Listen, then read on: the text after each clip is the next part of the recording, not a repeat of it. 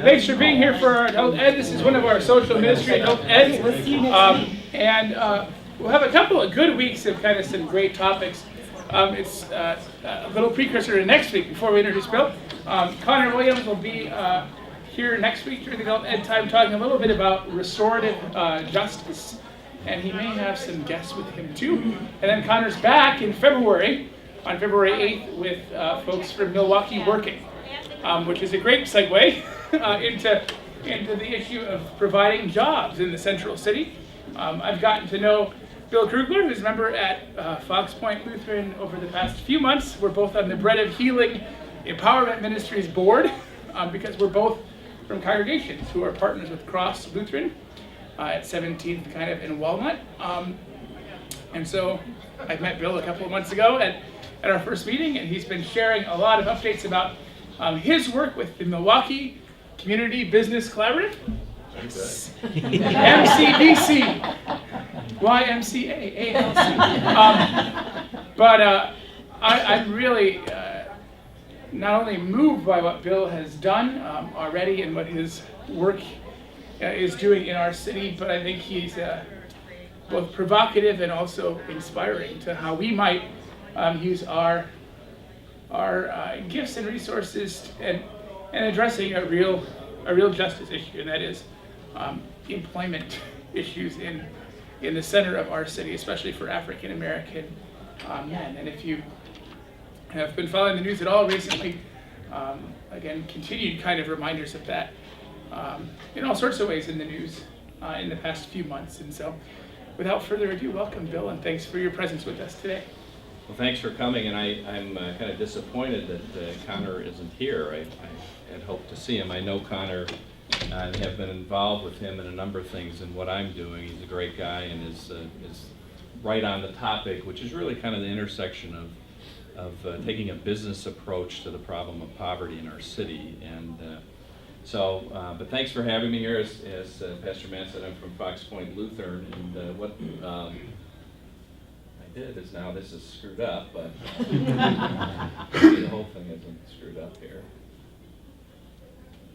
I'll just start by giving you a little bit of background and a little bit of my story. So I spent 30 plus years in the business community in Milwaukee. Started as a CPA and then migrated into the world of private equity, which a lot of people aren't familiar with private equity. I always said people didn't know until Mitt Romney ran for president and kind of blew the cover off of our tight little secret that we had. But I started at M&I and then was one of the founding partners of a firm called Mason Wells, which is now the largest private equity firm in the state of Wisconsin. Been a member of Fox Point, another good Lutheran church here in the area, and I always kind of have gotten to know Pastor Matthew and Pastor Chris and Pastor Margaret at the Bread of Healing. Really admire what St. Matthew's does. You've got a great congregation, active, and always compare what we're doing at Fox Point to what you're doing here, and I think we need more churches like that. I've been married for 31 years, have 3 boys, I'm an empty nester now. And I retired in January 2011, and just stepping back, Fox Point has a partnership in Tanzania, and I've had the good fortune to be able to go to Tanzania 3 times, and the first time was in 2008. And that's partially why I'm where I am today, because of going to Tanzania. I mean, I was telling this gentleman that when you go there, you think you're going to help the people, but when you get over there, you find out that it changes your life when you go there for anybody else who's been there, and gives you a different perspective. So I came back, and I was just struck by the people in Tanzania who were so poor and yet content, happy, smiles on their face, strong faith, strong family. And then I came back in the fourth quarter of 2008, and if you can remember back, anybody that was in business, that was just turmoil. The markets were crashing, our business was a mess, and it just was such a strange thing to come back and see people here in a country where, as a country, we have so much, and people have so much, and people were running around like crazy, chicken with their head cut off or something like that. And I was thinking, the people in Tanzania, aren't running around like crazy, and so it got me thinking about what am I here for, and I really started to dive in and ask God, you have something else you want me to do? And I was fortunate to be blessed to be in a position in my career to have done well enough. We were very successful at what we did, and I was in a position where I could retire, which I did. It'll be 4 years at the end of this month at the age of 53. And I retired not to actually retire, but I wanted to redirect my efforts to do something. I mean, I've been in Milwaukee almost my whole life, and I was deeply troubled by the condition of the city, which I'll talk about in a second. And I just wanted to see if there was something in a small way that God could use me to maybe make a difference. And so that's what led me on the journey. And just to set the stage, we'll get to kind of the gory statistics out of the way. But I mean, if you're from Milwaukee, you know this stuff. I mean, when I was thinking about what I wanted to do, this was right at the time Milwaukee came out to be the 4th most impoverished city in the United States. And when I saw that, I mean, it just struck me. I said, wow, that's not the Milwaukee that I think of. But I was part of the Milwaukee corporate community. I live in Whitefish Bay, the suburbs. You know, we're a great city on a great lake. And I had been involved in the central city through church and doing something, so I wasn't completely oblivious to what was going on. But this really struck me. I mean, that's embarrassing for us as a city to be the 4th most impoverished city in the United States. And then as I continued this, you'll see that we actually went from the 4th to the 8th most impoverished city in 2010. Not because we got any better, it's just because other cities got worse than we were. And so our poverty rate is just under 30% of the population in the city of Milwaukee is living at or below the poverty line. And the unemployment rate is a large driver of this poverty. And if you look at it, particularly for African American men on the north side of Milwaukee, it's just atrocious. I mean, that the unemployment rate is almost 55%.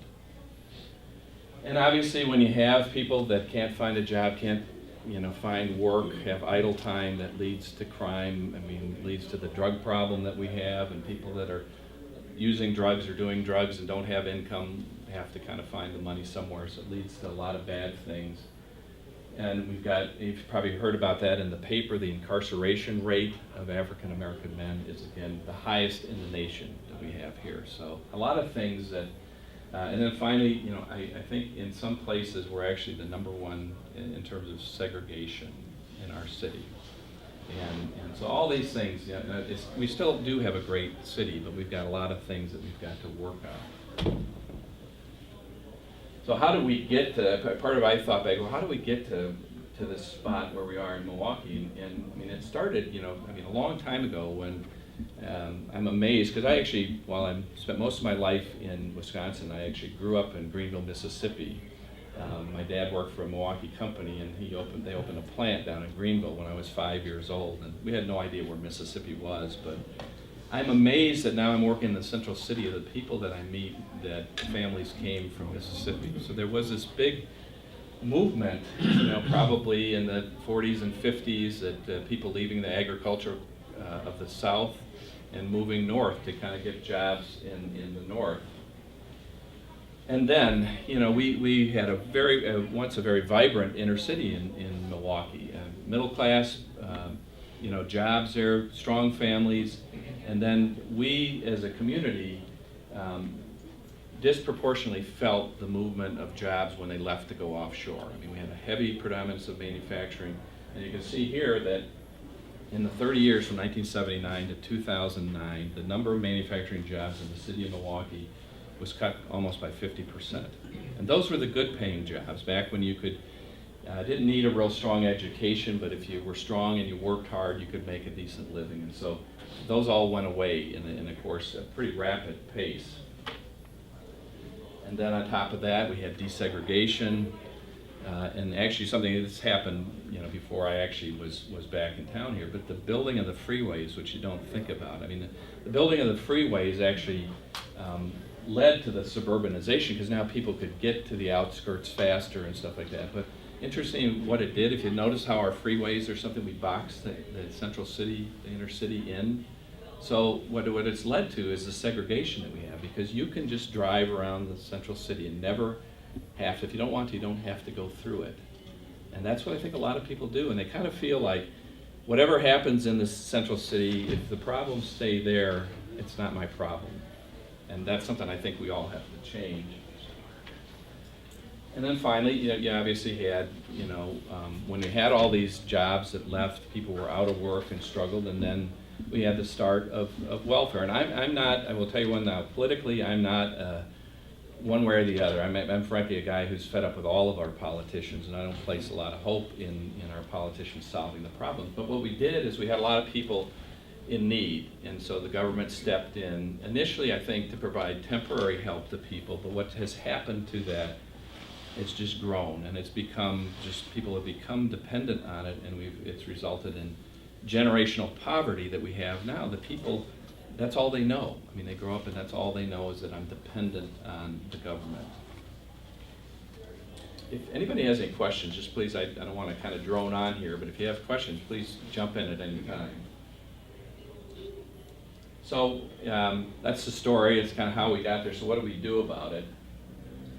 And I started to think, obviously, going back to my Tanzania, and I've been a Christian for my whole life that I know of, and I felt like, what is my obligation, my responsibility as a Christian to the poor? And it's pretty clear that, Jesus commands us to take care of the poor. I mean, there's not any doubt if you ask that question, I mean, what does Jesus say to do? And here's some of the comment, and the Matthew passage is the one that people always point to, that, when we're tasked, I mean, Lord, when were you hungry? When were you thirsty? When were you naked? And it's really that embodied in all the people that we see in need in our city. We have an obligation as a Christian and as a follower of Christ to actually be active in doing that. But one of the things I asked too as I've gotten involved in this is, and again, I'm not political in this whole thing, but I struggle with what does that mean? Because I do see people in the city that there's a big believer that as a Christian, you have to be for all the government programs. And if you're not for all the programs that the government has, then you're not a Christian. And I said, well, I mean, when Jesus commanded us to do that, was he telling us to do something about it, or was he telling us to give the money to the government and have them do it? Because I do see people, unfortunately, a lot of times that don't take personal responsibility because they said, I pay my taxes, the government has programs, they'll take care of it. And I think that's one of the reasons it's not working. And it would work only if we all take personal responsibility for getting involved in doing something.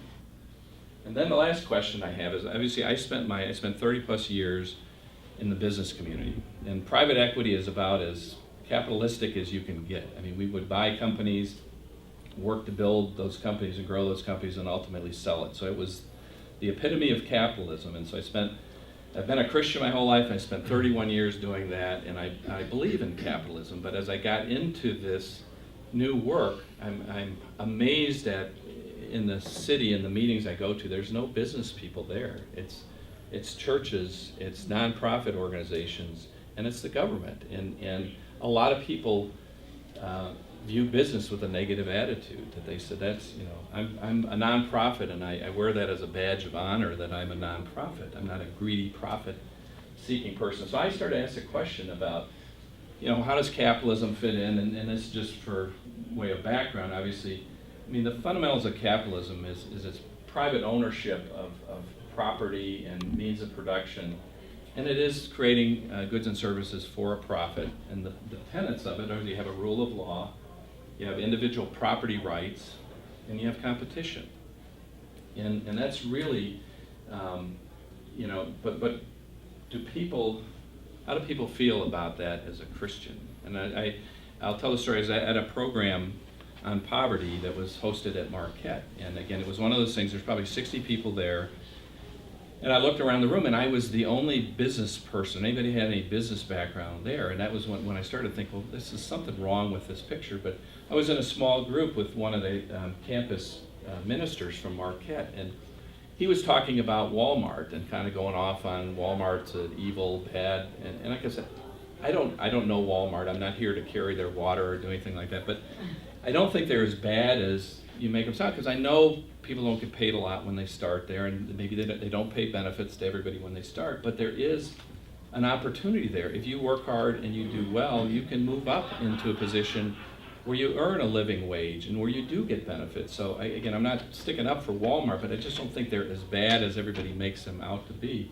But it got me thinking about this, because when we were talking about that, he looked at me and he said, that's right, you know, capitalism isn't a Christian concept. And that's the first time somebody said that to me, and I said, wow, I don't know how I feel about that. As I said, I spent 30 plus years in capitalism, I've been a Christian, and I don't know if I agree with that, but you know, what I learned is a lot of people believe that it's not compatible with Christianity. When you look at this, I mean, they believe that capitalism is based on greed. That's what drives capitalism.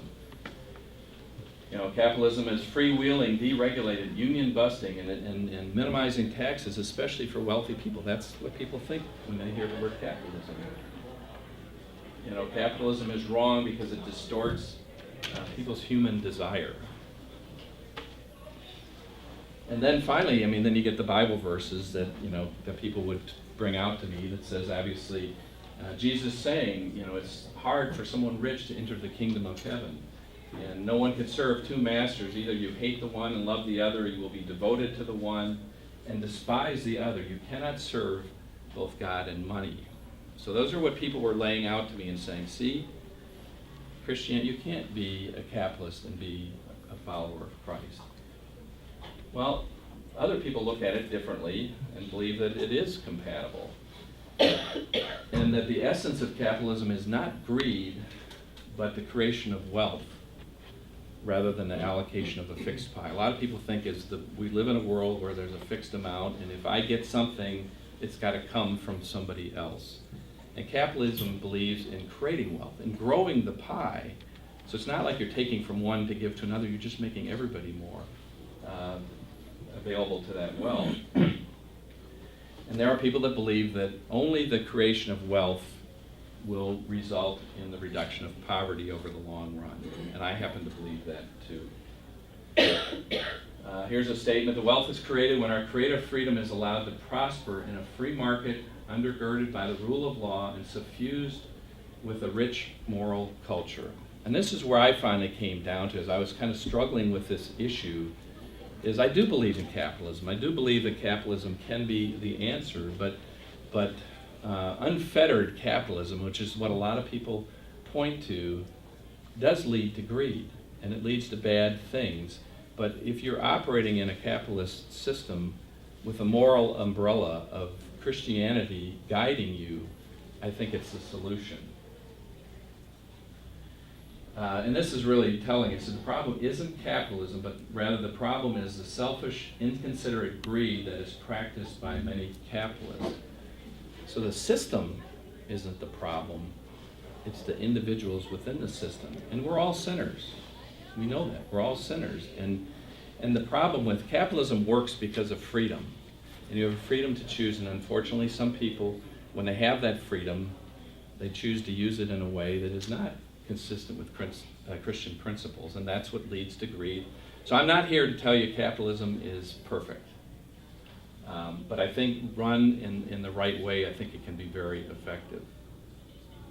Any comments, thoughts on that? Or I was thinking that we are all to be good stewards. And so the money that we give to our government, we would expect them to be good stewards of that money. Our own personal wealth, maybe as a result of capitalism, we ought to be good stewards and share that with others. And so I think perhaps what we're facing is a community that is without Christ. And the longer we go, the more people that become unchurched and without Christ, the more exasperating this problem becomes. So I think we just need to have Christ and be good stewards, and a lot of good things could happen. And to take it another way, Bill, I think we need more Christian businessmen to step up and say, I know you hear about all the greed, you read about the CEOs making these god-awful salaries and what they do, which they do that, but there's a lot of good. The business that you're with right now is run by a Christian man who does and has principles, and we need people like you and like Andy to step up and say, hey, it can be done. I'm curious, if you were to give your presentation today on good government, I'd love to hear it.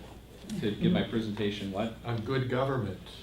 And I hear too much opposition here where our culture is so divided. Yeah, and I'm not, and what I should say, it's a great point, because I don't mean, I know it maybe comes across strong, I am not an anti-government person. I mean, I believe that there is a role for government. I believe that we need a safety net. There are people within our country that need to be taken care of. So I don't mean to come across as one of the people that's bashing government, because I do believe there's a balance there. That's my biggest problem with Milwaukee, and that is this polarity that's pumped into our ears every day on the radio, where we forget the GI Bill, the government programs that brought so many people who have accumulated wealth into a very flourishing point of their lives, and how quickly we forget there needs to be a balance. Yeah.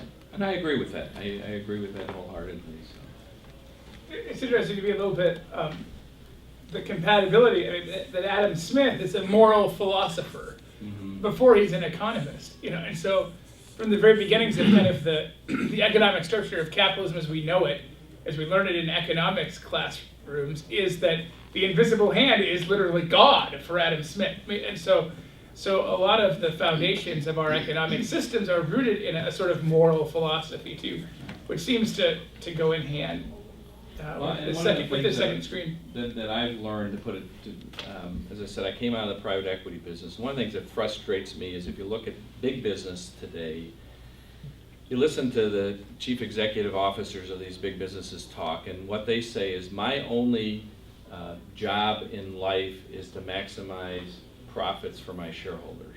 And that didn't used to be the way it was. When you ran a business, you had multiple stakeholders that you had to take care of. You obviously, your shareholders are important, your customers are critical. Without them, you have nothing. But you used to have your employees who were stakeholders in your business. You used to have your community as a stakeholder in your business. And so part of, I kind of call it my, going back to the right model of running a business where you balance those needs and your community. And like I said, it's back to the thing is there is a role, and government can play. It's just, I get frustrated when people kind of just abdicate any responsibility because they turn it over to the government. And we've had too many people that just say, let them take care of it. And I look at the results. I mean, we spend a tremendous amount of money trying to take care of people in poverty, but we're not spending a lot of money on trying to help lift people out of poverty. And that's really what I'm trying to do here, is provide a pathway out of poverty to self-sufficiency. So that led me, I started this journey 4 years ago. I wasn't sure exactly where God was going to take me and what I was going to do. And I spent 6 months meeting with people. I promised myself I wasn't going to commit to anything too quickly, and find a spot where it was a match with my background and my experience, and there was a need. And obviously, it's interesting in Milwaukee now, if you listen to people, everybody's focused on education. We've got to get to these kids early and get them before they get off into the beaten path and off on a bad path. And that's very important, but the MMAC and the Greater Milwaukee, everybody's focused on education. Nobody's focused on jobs. And I kept hearing about this lost generation. Those people out there, they're too far gone. We have to write them off. And I sort of said, well, you can write them off if you want, but these people are still there. They're human beings. I mean, they're there. And as hard as you work with these young kids, you don't have them 24/7. At some point in time, they go into their homes and go into their community. And what happens if they come from a dysfunctional family and a toxic environment? I mean, does all the stuff you're doing in school, does it start to unwind? And so my point being is we can't forget about these other people. And again, so I was drawn really, unfortunately, to probably go to the toughest of the tough, the people that are, not youth, but anywhere from 25 to 60 years old, and people that have been chronically unemployed, have a lot of issues in terms of getting employment, have a lot of baggage, have been living in generational poverty. And as I said, they've never seen work. They don't know what work looks like. But believe it or not, there are a lot of people out there that are motivated to want a different life. And you can see it and you can hear it, and they come and they say, I don't want to be dependent on the government or dependent on food stamps or dependent on whatever I'm at, but I have no idea how to get out of here. and I just need somebody to help me. And so that's really, we formed this thing, and it's really, our mission is to use business. So I want to go back and take my old world, that capitalism, and use business and for-profit business as the vehicle to lift people out of poverty through employment. So that's what we're trying to do. Just as a way, so I actually spent some time putting it together. We incorporated in May of 2013. I just got our 501c approval in 7 months, I'm happy to say. So I was scared about how long that was going to take. And it really started, I'm sure a lot of you, Pastor Matt mentioned Cross. I mean, they have a great program called the Bread of Healing, and you guys are regular servers of the meal there. And as I was going through my process, I because Cross is a sister church of ours too, I met with Pastor Ken Wheeler, and just to learn more about what's happening there. And he said, we have this Bread of Healing Empowerment Ministry, and we have a lot of people in our community that have come in here because of the bread, because of the meal program, and now we've got the clinic, and we've got AODA treatment, we've got all these healing pieces, but we're missing the empowerment. And the ultimate empowerment is having a job, and having a job that you can take care of yourself and your family. And so we have a lot of people that want jobs, especially men, but they can't find it. Could you, this is early on when I'm trying to figure out what God wants me to do, could you help us do that? And so that's really where we got started in putting together a jobs program, and now it has evolved into being something bigger than just the Bread of Healing. We will always have a strategic relationship with them, but we're going to be kind of independent, similar to, if you know, the Bread of Healing Clinic is tied to the Cross, but it is its own organization. So our solution in terms of, and I call it MCBC, we have two paths that we take. One is focused on individuals, and that's probably about 75% of what we do.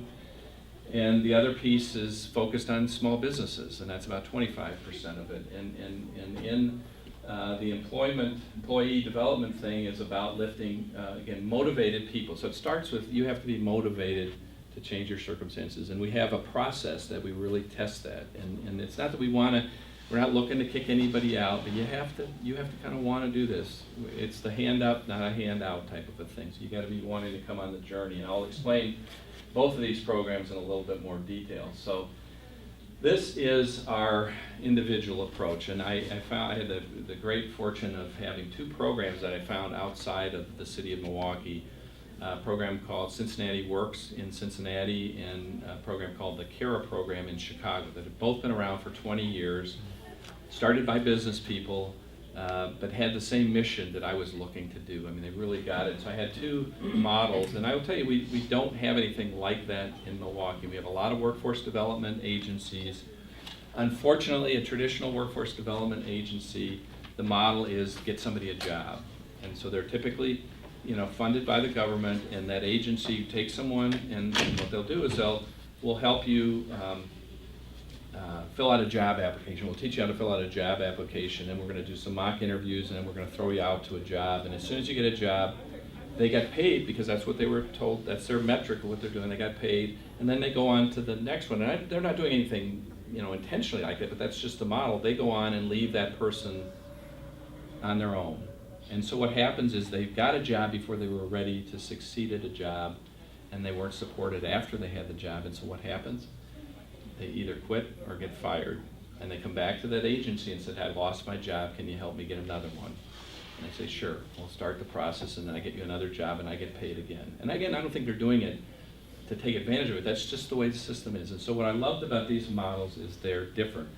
They're different in the fact that they have a much more comprehensive preparation of people. So preparing people not only to get a job, but to succeed at a job, to keep the job and advance in the job. And so we have a very comprehensive program, and then this post-employment support. So we stay with them throughout this whole process, and it's from being in poverty to being self-sufficient. And it could take 2 to 3 years to do this with an individual, and we will with them. As long as they're motivated to keep going, we will be their partner.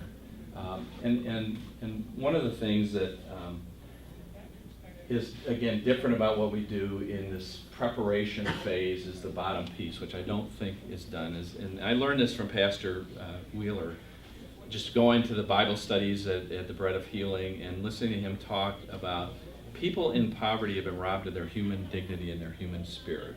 And unfortunately, we as society, you know, we take people's mistakes that they made in their past and we hang it around their neck, and then we take it and we beat them over the head with it every single day. So that's what they think of themselves. That's how they define themselves as a person, by the mistakes that they made. And so there's a spiritual restoration consistent with the Christian message that in spite of whatever you did, you know, God loves you and God forgives you and God wipes the slate clean. Now, we have to say, unfortunately, in the world of what we're doing is we can't wipe the slate clean. But what we can do is to teach you to separate who you are today from what you did in the past. You have to be able to talk about your past. You can't run from it, you can't hide from it, you can't lie about it, but you have to stop letting it define you as a person. So that's the fundamental base of what we're starting to do.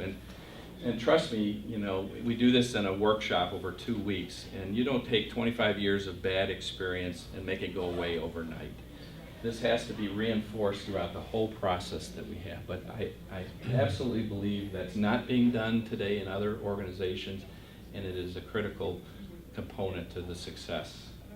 And then we identify barriers up front ahead of time before you get a job. Let's find out what are the obstacles that you're going to incur when you get a job. A simple example that I always use is we're working with a single mom who has 2 children in school.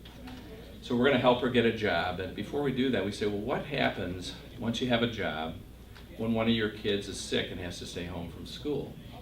Because I'm convinced absolutely that in absence of any other involvement, that mom is going to stay home and take care of her kid, and just not go to work. And so now you've got the employer who's upset because you just didn't show up. So now you're not dependable. So now people are doing soft skills training that says, well, if that happens, you need to call your employer beforehand and let them know you're not coming in. And that's better than just not showing up. But the better answer is let's anticipate that's going to happen at some point in time, and let's have a backup plan. In fact, let's have 2 backup plans, because sometimes the backup plan is not dependable. But do you have a mother, father, aunt, uncle, neighbor, somebody that you can call that morning and say, could you come over? My son or daughter's homesick and come to my house, stay with my child, and I get up and go to work just like I do every day. Because like it or not, that's what the employer wants. I mean, they you know, they're not so callous, I don't care that your child is sick, but I have a business to run and I need people here. I'm paying you to be here. So it's that kind of stuff that, again, is trying to get out in front of the problems as opposed to getting somebody a job and find out, oh, what happened here? Now we have a problem. And then the first step after the preparation is a phase we call stability. And this is another piece that I think is not being done elsewhere. And the idea is that the best place to learn how to work is to work and to get a job. And unfortunately, because of the history of a lot of the people that we're working with, we have people that recovering from drug and alcohol addiction, people that have felony convictions, people that are homeless, you know, all kinds of things, people struggling with mental illness, you name it. It's not easy to get them kind of the job they may want to have ultimately. So you start where you can, and you start with a low-paid, low-skill job. And the way that we sell that to the employers is what typically goes along with the low-pay, low-skill job is tremendous turnover. So there are companies out there that hire people like that, but their turnover is outrageous. And what Cincinnati Works and Terra have done is they said, because of our process, because we better prepare people, and because we support them after they get a job, if you work with us, we'll cut your turnover rate in half. And now again, you've got a business person saying, wow, that's a value to me if you can cut. And you're doing it again for the reasons I explained there. The idea we have here is that, again, is different, is someone has to achieve stability in employment. And so you've got people with very limited work history. And the idea is to achieve stability, you have to work in the same job for 1 year. And sometimes with the people we're working with, it might take them 2 or 3 jobs before they get to the one that they can keep for a year. The idea is that over the course of a year, anything bad that could happen to you probably will happen to you. And with your commitment as an individual and our support as an organization and some understanding on the part of your employer, for the 3 of us work together to keep you working, over the course of that year, those things that start to pop up start to diminish. And when you get to a year, you've kind of worked through all those things. And this is a step everybody wants to skip because it's hard. And I mean, nobody wants to, now you're gonna tell me I gotta work in a $9 an hour job for a year? Yes, you can't jump to the $15 a job, because all you're gonna do is fail. And so, it's a key component again in what we're doing that's different. And then once somebody's achieved employment stability, then you move into the final phase, which we call advancement.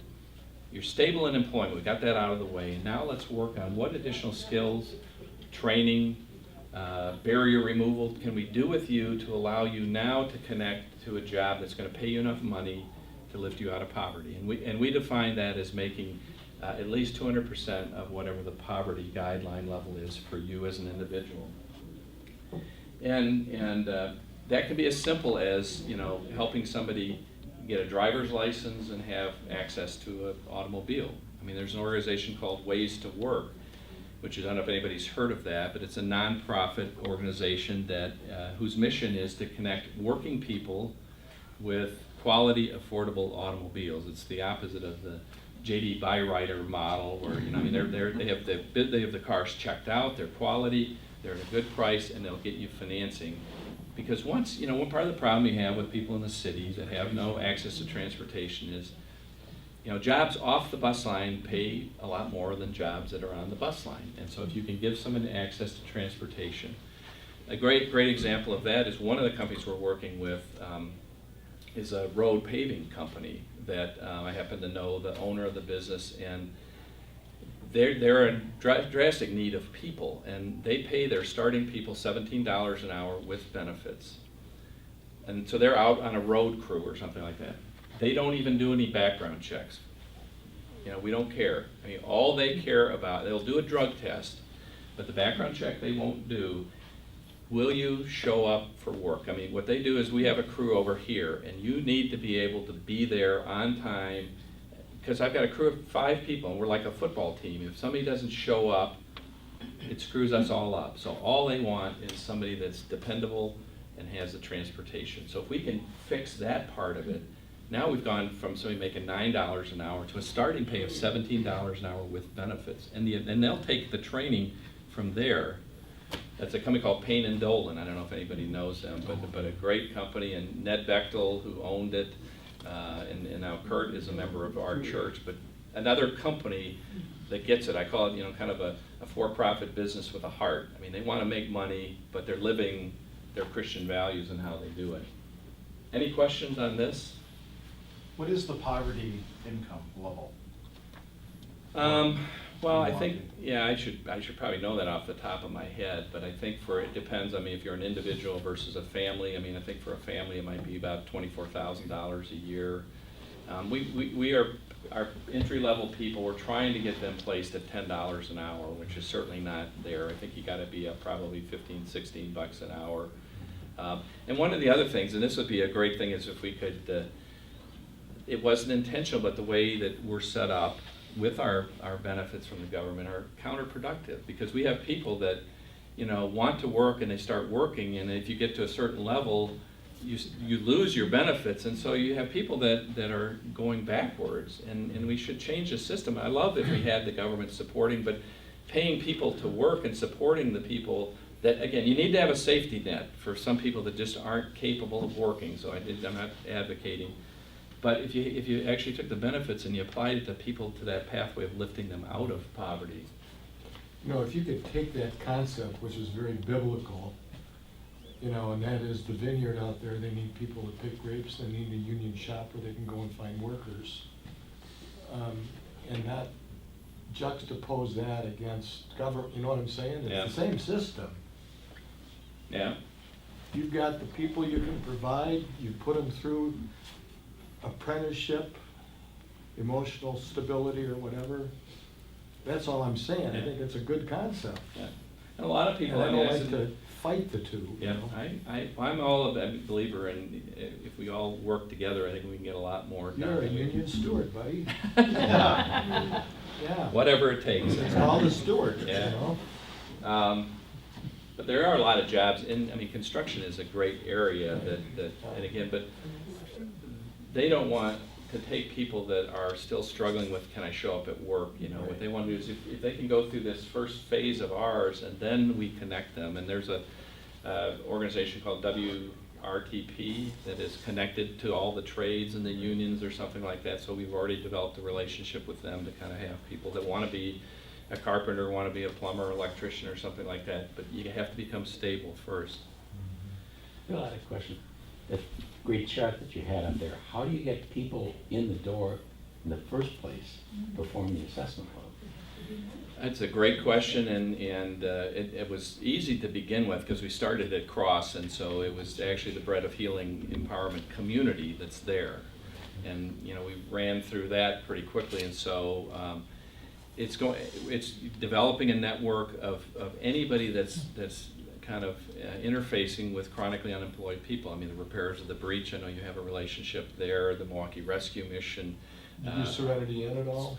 I'm on the board of Serenity Inn, so that could be a place. But Serenity's also, we have one of our guys that was struggling with drug and alcohol that is now at Serenity Inn, so they're a partner both ways.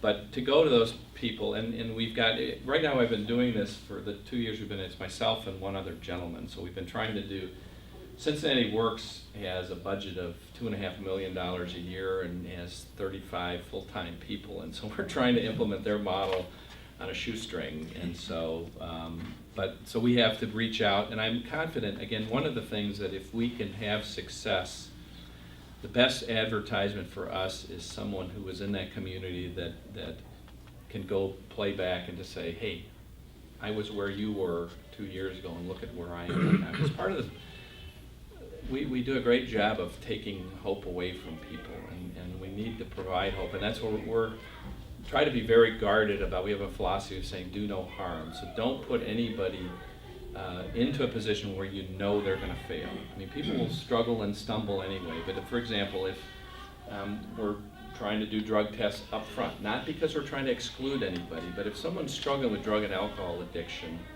we're not going to do them any good or us any good if we put them through the whole system and somehow they get a job and they get drug tested at work or something happens and they get fired. I mean, all it does is reinforce the negative that we're trying to avoid. So for us, it's about, let's find that out in the assessment. Let's take you off to Serenity Inn and to deal with that, and we'll keep in touch with you. And then when you're ready, welcome back. You're here, and we're going to help you go on, because we're not going to put you out in a position where we know you're going to fail. So I hope, I mean, we need to get the word out more, and there's the Central City churches, Hephatha, Redeemer, All People's Church. We're trying to get the word out there. So anybody that's interfacing with people that come and say, I'm hungry, I want to work. You know, how do I do this? You might be sharing it later, but I'm just curious about how long each step takes. Well, the preparation phase is well, I shouldn't say it's not. I mean, we do what do we call a job readiness workshop that right now lasts over 2 weeks. There's preparation work that goes into that beforehand, and some of the stuff, the barrier identification removal continues on, but that's basically 2 weeks. And then this second phase, I mean, after they graduate the workshop, then they're in a job search. I mean, we don't give them a job, we help them find a job and support them. And that may take them, 3, 4, or 5 weeks to find a job. And then again, if things go splendidly, they'll work for a year. A lot of times what's happened, something will happen and they'll stumble and they may lose a job. But as long as they're motivated, come on right back, and we're going to continue. How do we learn from, it's one of these things, how do in that first phase you're going to make mistakes. It's going to happen. So, and that's why I said we also put people into an environment with companies that we talk about this with the companies ahead of time. Well, what happens when somebody screws up? I mean, do you beat them over the head and scream at them, yell at them, and tell them they're doing a terrible job? Because that's what you get in the real world when you get out there, and people are still fragile. And so you have to be in a place where, okay, you have to be accountable. So you have to know that was not the right thing, but I'll put your arm around you and let's talk about why did you do that, or what the implications of that, and what do we learn from that. And ask people, just don't keep making the same mistake over and over again. If you can make a mistake and learn from it, that's going to make you a better person. So that could take anywhere from a year to 2 years of doing it. But what we do in the workshop that I think that also is different is we paint the picture about the whole process. We give them the vision about where are you going. Because one of the jobs you may have is we have a janitorial services company, low paid, low skill job. And we say, your first job may be cleaning toilets. And you can go at this one of two ways. You can say, that's really beneath me. I don't want to clean toilets. It's terrible, demeaning to me, and you have a bad attitude, and you do a bad job, and you know what's going to happen is you're going to get fired. Or you can go and say, I know this is a step along my journey that I'm taking here, and while I'm cleaning toilets, I'm going to be the best toilet cleaner that I can be, and prove to them. Because we'd say, if you take that attitude, you're not going to be cleaning toilets long, because your employer's going to say, you're too valuable to me to do that, and they're going to want you to take on more responsibilities, but it's your choice. You can do that. But I think it's easier for people to take that if they know it's a step along the way, as opposed to, oh yeah, I got a job and now I'm cleaning toilets for the rest of my life, and that's nothing. I mean, somebody has to clean the toilets. I mean, I do, so. What's the percentage of men and women in the job training? So far it's been about 60% men and 40% women. And again, one of the things I like about it, I mean, there's so many places that are very restrictive in what they do. I mean, our criteria for accepting somebody is, do you live in the city of Milwaukee? Are you living in poverty? And are you motivated to change your circumstances? I don't care if you're 20 or 50, you're a male, female, white, black, Hispanic, Asian, doesn't matter. If you meet those criteria, you're welcome to us. And there's a lot of programs where it's like, got to fit into this box to do that, and I like the fact that we're very open about it. But right now it's probably more men, but not, and again, we're not actually targeting African American men. We have a lot of them. We're doing something that we didn't take the advice of our partner in Cincinnati, and I guess we'll live to see if when he started Cincinnati Works, he didn't take anybody initially that had a felony record. Because what he wanted to do is, I want to take the people that I know I'm going to have the best chance of placing and start to build a track record of success. And stupidly, or whatever we did, is we said, no, I mean, we're just here to help people, and I don't want to do that. And if I got somebody that's got a felony record, come on in. And together we're going to struggle through this. But I mean, Is that still their approach? Pardon? No, now they've done it, but what he did, and he started 20 years ago, so he started it so I can build it. I mean, he was a business guy, so he thought about this like in a model, like build a success, and the more people are going to give me money, and then I can branch out to do that. So no, now he is doing, they have a whole program for that. But we just started out, we just said, I don't know, that just doesn't feel right to us. I mean, I really like this thing is, you're welcome, as long as you're motivated and want to change. Luther said you can be too Christian. What? Luther? Luther said, yeah. No. He said, I'd rather have a smart Turk than a dumb Christian. Maybe we'll live to regret that. But so I've talked about some of these things in terms of why we're different. And then this is the 25% of what we do, and this is what I call working with small businesses. And the idea is that at the center of that are the small businesses. I mean, one of the problems we had is we had all that manufacturing work that left, and it either went offshore. There's a lot of companies that went with the people out to the suburbs. So what's left in the city are very few companies. And I'm a big believer again in business and capitalism, and I believe that if you can have successful businesses that are in the neighborhoods, that's going to be an added benefit to the neighborhood and creating some stability and people that, and then also right there, you deal with the transportation issue, but you're also showing people right in the neighborhood, here's a successful business that is growing the right way and treating their employees the right way and treating their community the right way. So I'm looking for businesses, but the key that I'm bringing is up at the top is I have started by identifying what I call large anchor institutions. And these are institutions that are deeply embedded in the city of Milwaukee. They're not going to leave like the manufacturing businesses did. They employ a lot of people, and they spend a lot of money. And they call them the eds and the meds, and this is my anchor institutions that I started with. And 4 hospitals, Marquette and UWM. And the reason that we picked these organizations is they're large, and they spend a lot of money, employ a lot of people, deeply embedded, all that stuff. But for the most part, I mean, UWM is a little different. They're all nonprofit organizations that have a mission element to what they do. And that's really important, because what that means is there's an element of flexibility with how they run their business. As people say, well, why not Harley Davidson? You know, Harley Davidson's in the city, and well, Harley Davidson's a publicly traded. They got all kinds of other pressures. So what we want people to do, what I'm asking them to do, is direct more of your purchasing power to small businesses that are in the city. And I'm kind of asking them to do something that's going against the way everything's going. Everybody wants fewer vendors, bigger contracts, and all that stuff. They don't want to deal with that. So the fact is, I could go to Aurora, that you all read about Sinai Hospital losing $10 million a year.